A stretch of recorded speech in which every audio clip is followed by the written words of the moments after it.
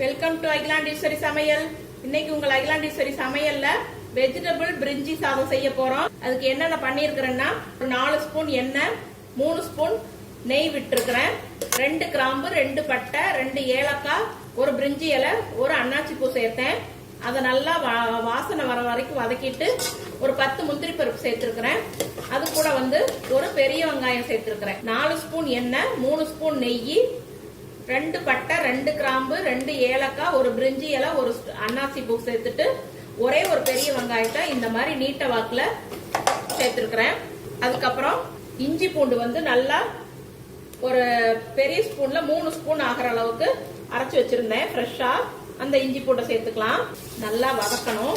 இது கூடவே ஒரு கைப்பிடி அளவுக்கு புதினா சேர்த்துக்கலாம். ஸ்டவ்வை மீடியம் ஃப்ளேம்ல வச்சு இப்போ இதுல ஒரு பெரிய தக்காளியை கட் பண்ணி பொடியா கட் பண்ணி சேர்த்துக்கலாம்.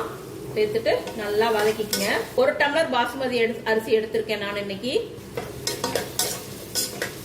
இங்க பாருங்க, ஒரு அரை ஸ்பூன் மஞ்சள் தூள் சேர்த்துக்கலாம், 1 ஸ்பூன் மிளகாய் தூள் சேர்த்திருக்கிறேன். பச்சை மிளகாய் போட போறோம், அதனால நம்ம 1 ஸ்பூன் பச்சை மிளகாய் தூள் சேர்த்துனா போதும். சின்ன ஸ்பூன்ல 1 ஸ்பூன் வீட்லயே அரைச்ச கரம் மசாலா சேர்த்துக்கலாம்.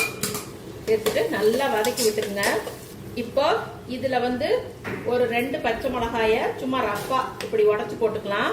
சேர்த்துட்டு ஒரு பெரிய கரண்டில ஒரு கரண்டி நல்லா தயிர் சேர்த்துக்கலாம். இப்போ இந்த பிரிஞ்சிக்கு தேவையான அளவுக்கு உப்பு சேர்த்துக்கலாம். இப்ப பாருங்க, நல்லா எல்லாம் வதங்கிருச்சு. காய்கறி சேர்த்துக்கலாம். சேர்த்து நல்லா இந்த காய்கறி இந்த மசாலா கூட வதக்கிட்டு இப்போ தண்ணி சேர்த்துக்கலாம். தண்ணி ஒரு கப், ஒரு டம்ளர் அரிசிக்கு 1.5 டம்ளர் தண்ணி சேர்த்துக்கலாம். இப்போ தண்ணி நல்லா கொதி வரணும். தண்ணி கொதி வந்ததுக்கு அப்புறம் அரிசியை சேர்த்துக்கலாம். இப்ப பாருங்க, தண்ணி நல்லா கொதிச்சுக்கிச்சு. இப்ப அரிசியை சேர்த்துடலாம். இந்த மாதிரி பண்ணிட்டு மல்லி இலை சேர்த்துக்கலாம். மல்லி இலை சேர்த்துட்டு அடுப்பை மீடியம் ஃப்ளேம்ல வச்சு நல்லா மூடி போட்டுடலாம். மூடி போட்டுட்டு ஒரு 5 நிமிஷம் அப்படியே விட்டுருங்க.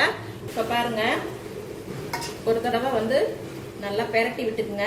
இப்போ அரிசியும் தண்ணியும் எல்லாம் சரிசமமா வந்துருச்சு.